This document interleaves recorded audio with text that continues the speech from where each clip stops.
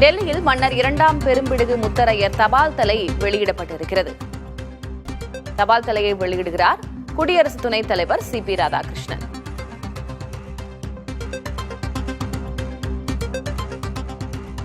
குடியரசு துணைத் தலைவர் மாளிகையில் நடைபெறும் நிகழ்ச்சியில் முக்கிய அமைச்சர்கள் பங்கேற்றிருக்கிறார்கள்.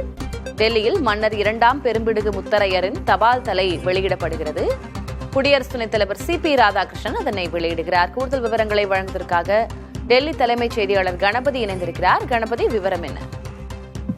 சோரன் மாறன் என அழைக்கப்பட்ட பேரரசர் பெரும்பிடுகு முத்தரையர், அவருக்கு மரியாதை செய்யும் வகையிலே இன்று குடியரசு துணைத் தலைவர் சி.பி. ராதாகிருஷ்ணன் சிறப்பு அஞ்சல் தலை ஒன்றை வெளியிட்டிருக்கிறார். அந்த நிகழ்ச்சியிலே மத்திய நிதியமைச்சர் நிர்மலா சீதாராமன், இணையமைச்சர் எல். முருகன் மற்றும் மாநிலங்களவை துணைத் தலைவரான ஹரிவன்ஷ் உள்ளிட்டோர் கலந்து கொண்டார்கள். இந்த நிகழ்ச்சி குடியரசு துணைத் தலைவரின் மாளிகையில் நடைபெற்றது.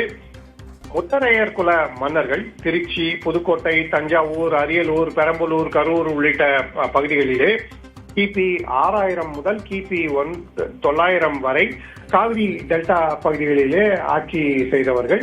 அவர்களுடைய ஆட்சி காலத்திலே தமிழ் இலக்கியத்துக்கு பெரும் பணி ஆற்றியதாக போற்றப்படுபவர்கள். ஆகவே அவர்களுக்கு மரியாதை செய்யும் வகையிலே சிறப்பு தபால் தலை வெளியிட வேண்டும் என கோரிக்கை இருந்தது. இந்த கோரிக்கை ஏற்று மத்திய அரசு சிறப்பு தபால் தலை வெளியிட்டிருக்கிறது. குடியரசு துணைத் தலைவர் சி.பி. ராதாகிருஷ்ணன் தமிழாக இருப்பது இந்த விழாவிலே அவரே தலைமை ஏற்று அதை நடத்தும் வகையிலே அமைந்திருக்கிறது.